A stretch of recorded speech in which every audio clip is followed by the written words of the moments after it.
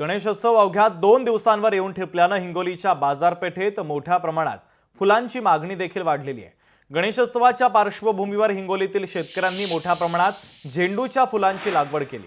राज्य सरकारने प्लास्टिकच्या फुलांवर बंदी घातल्यानंतर नैसर्गिक फुलांच्या वापराला चालना मिळाली असून त्याचा थेट फायदा आता शेतकऱ्यांना होतोय।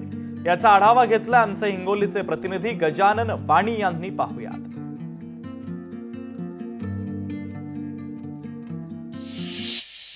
गणेशोत्सव अवघ्या 2 दिवसावर येऊन ठेपला आणि त्यामुळे आता हिंगोली जिल्ह्यातील यावर्षी ज्या फुलांच्या बाजारपेठा सजल्याचं पाहायला मिळते। आणि यावर्षी सगळ्यात महत्त्वाचं म्हणजे एकीकडे सरकारने प्लास्टिक फुलावरती बंदी घातल्यामुळे यावर्षी हिंगोलीतील शेतकऱ्यांनी मोठ्या प्रमाणात फुलांची शेतीची लागवड केलेली आहे। बघू शकता की मी एका शेतकऱ्याच्या शेतामध्ये यावर्षी सगळ्यात महत्त्वाचं म्हणजे सगळ्या जिल्ह्यामध्ये मोठ्या प्रमाणात जे आहे ते शेतकऱ्यांनी फुल शेतीकडे शेतकरी वळलेला आहे। शेतकऱ्यांना फुलांना चांगली मागणी या बाजारपेठेमध्ये शेतकऱ्यांना मिळते। आपण शेतकऱ्याच्या शेतामध्ये आपण शेतकऱ्याकडून जाणून घ्या। आता मला सांगा कशी मागणी फुलांची यावर्षी, कसा भाव आहे? यावर्षी चांगली आहे मागणी, मस्त भाव आहे यावर्षी।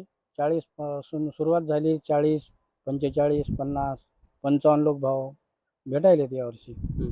यावर्षी आत्ता जे तोडा केला ते 55 ते केलेला आहे, चांगला भाव आहे यावर्षी।